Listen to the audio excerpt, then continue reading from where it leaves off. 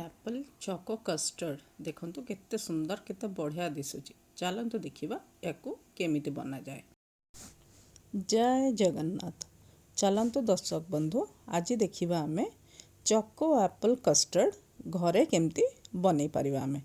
आमर रोसई घरे जहाँ सबू जिनस अच्छी ताकू नहीं कि आमे बनेवा चको एप्पल कस्टर्ड, जहाँ को कि आमे होटल मानकरे रेस्टोरेंट मानकरे बहुत दाम देकी बहुत कॉस्टली रे आमे ताकू किणुचे बा व्यवहार करुचे, से जिनस को आज आमे घरे बनेवा।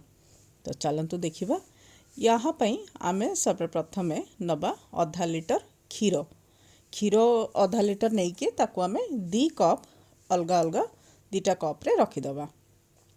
तापरे आमे इटा नीचे custard powder vanilla custard powder आपण व्यवहार करिवे, सेटा आमे नीचे 4 ରୁ 5 चामच आ चीनी नहींचे आमे आधा कप मानिकी चलतु आपण 7 ରୁ 8 चामच नेबे। तापरे नेबा आमे 2टा बड़ बड़ एप्पल, तापरे नहींचे आमे 3-4टा अलैच बा गुजराती एवं आमे नहींचे किछि दालचीनी पाउडर 1 इंच रो दालचीनी नहीं कि ताकू आमे भलसे पाउडर बने दीचे।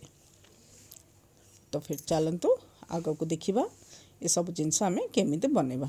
सर्वप्रथम आमे कौन करिबा, आमे गोटे एप्पल नबा ताको भलसे धोई की तार चोपा ऊपर छड़े देकी ताको ग्राइंड करिबा। ग्राइंड करिला बेले आमे सेथिरे किछि किछि चीनी देई देकी ताको ग्राइंड करिबा एवं ताको पल्स मोड रे ग्राइंड करिबा। देखंतु मु बड़ बड़ खंड काटी देइचे, सेथिरे मु देइचे आधा चामच चीनी आ एप्पल को नहीं कि मु ग्राइंड करी। ग्राइंड करला बेले आपण पल्स मोड रे ग्राइंड करिवे। पल्स मोड माने जेमती कि आपण ग्राइंडर आपण ऑन कले गोटे राउंड बुले कि पुणी बंद कर देले, पुणी गोटे राउंड बुलेबे, चीनी टिके देबे सेथिरे पुणी बंद कर देबे, पुणी गोटे राउंड बुले कि सेमती करी कि आपण पल्स मोड रे आपणकर जो एप्पल अच्छे ताको ग्राइंड करिवे। तापरे आमे नबा से जो क्षीर आमे रखी थिले 2टा कप रे अलगा अलगा 1 कप क्षीर ये देखंतु मु कड़ाई रे रखिकी ताको गरम करबा पे रखी देली। आउ गोटे जो एक्स्ट्रा कप रखी थिली मु 2टा कप आमे अलगा अलगा करिथिले, तो 1 कप तो आमे गरम कर देले। आउ गोटे कप रो क्षीर नै कि आमे ये जो कस्टर्ड पाउडर रखीचे सेटा को धीरे धीरे गोटे पतला घोल बनेवा।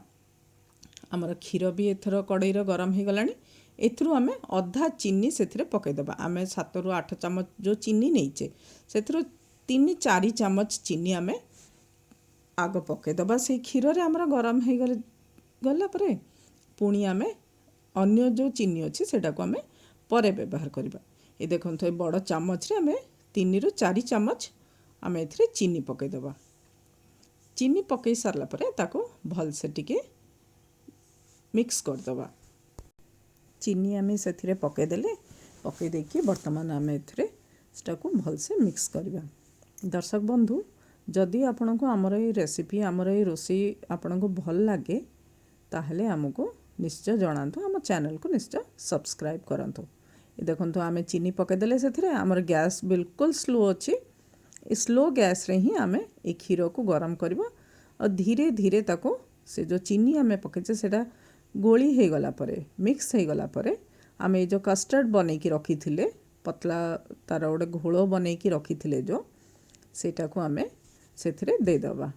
कस्टर्ड मिसेला बेले आपण सदा बेले एटा ध्यान रखी थिबे जे कस्टर्ड आपणकर घोलटा बिल्कुल पतला हेथिबो एवं ताको जते बेले भी व्यवहार करिवे क्षीर रे जते बेले भी पकेबे आपण घोली घोली की घांटी घांटी की ताको पकेबे, नचेत कोन हबो ना आमे से जो कस्टर्ड नहींचे सेटा तले जमी जीवो।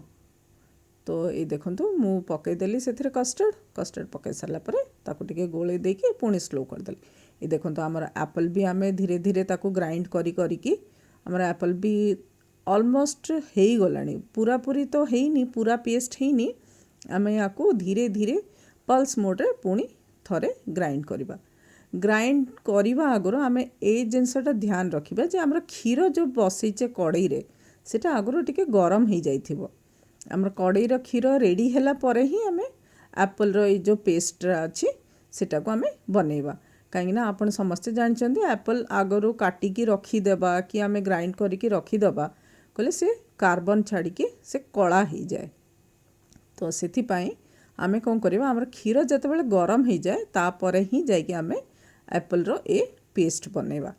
एप्पल रो पेस्ट बनैला बेले आम यहाँ ध्यान देबा जदि आमर पेस्ट ग्राइंडर रे ग्राइंड होउनी किंबा गाढ़ा पेस्ट अच्छी ताहले आम से धीरे धीरे क्षीर भी ऐड करके ताको पतला घोल बनैकी ताको ग्राइंड करवा। तापर ये देखंतु आम अन्य गोटे पैन नेले से पैन हल्का गरम है पर आम से देबा आम टिके बटर न दबा पई चाहिए जदि आपण ताहले आपण घी भी यूज करें नचेत रिफाइंड ऑयल जहाँ आसण सेटा भी यूज करें। जहाँ भी हेले आपण बटर यूज करंतु किंबा घी पकातु किंबा रिफाइंड तेल पकातु बाकी सोरिष तेल यूज करें।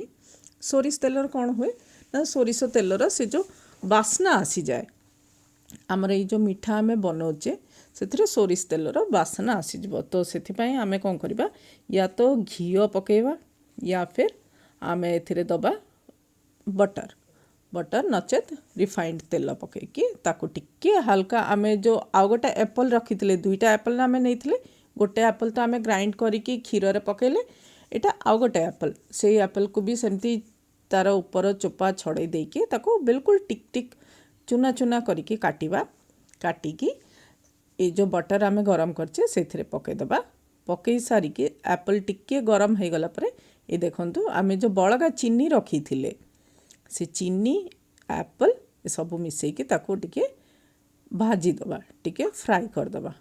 फ्राई हो गलानी ये देखो कलर टिके चेंज हो गला आम एप्पल रो। तापर आम जो दालचीनी पाउडर नहीं थिले ताकू से एप्पल रे पकईकी ताको भाजी दबा। मु आपन को कहि पारिबिनी विश्वास करंतु एते सुंदर बास्ना होची एते बढ़िया बास्ना होची मोर पूरा किचन महकी गलानी। आपन को जदि आमर ए रेसिपी किछि अलगा लागुची किछि भल लागुची किछि नुआ लागुची ताहले प्लीज़ आम चैनल को सब्सक्राइब करंतु एवं आमे जो चेष्टा करुचु दुनियार अलगा अलगा डिश सबू आपण ओडिया घरे आमे पहुँचेबा पई आमको सेथिरे साहाय्य करंतु। ये देखंतु स्लो गैस रखिकी आमे से एप्पल को भाजिले एप्पल रो कलर भी देखंतु केते बढ़िया हे गला। ये देखंतु केते सुंदर दिसुची दीटा जाक जिंस। आपरे आमर से जो आमे कस्टर्ड बनाउथले सी भी रेडी हो गलानी आमर क्षीर कस्टर्ड सब मिक्स करके ये करथिले सेटा भी रेडी हो गलानी। ये देखंतु आमर दीटा जाक जिंस रेडी हेकी ठंडा हो गलानी। वर्तमान आमे कौन करबा ए दीटा जाक जिंस जहाँ आमर एप्पल एवं ए कस्टर्ड एटा को मिक्स करदबा दीटा जाक मिसेकी गोटे जगह करदबा तापरे याको सर्व करबा। देखंतु केते गाढ़ा हो गला आमे केते पतला थिला से घोलटा आमे बंद करथिले देखंतु केते गाढ़ा हो गलानी। आपण जते बेले भी बनेबे घोलटा पतला थिला बेले ही गैस बंद कर देबे नहले से बहुत गाढ़ा हो जाए। ये देखंतु हमर फाइनल हमर लास्ट प्रेजेंटेशन देखिले कि कहि भी पारिबनी ए जिंस आमे निजे घरे बनैचे। आपण ए डेजर्ट ए कस्टर्ड एप्पल कस्टर्ड को बनैकी निज फ्रेंड्स एंड फैमिली को निज घर लोकों को खुआंतु तापरे हमको जणांतु आपन को ये रेसिपी केमती लागिला। चलंतु दर्शक बंधु देखा हबो अन्य एक वीडियो रे। जय जगन्नाथ।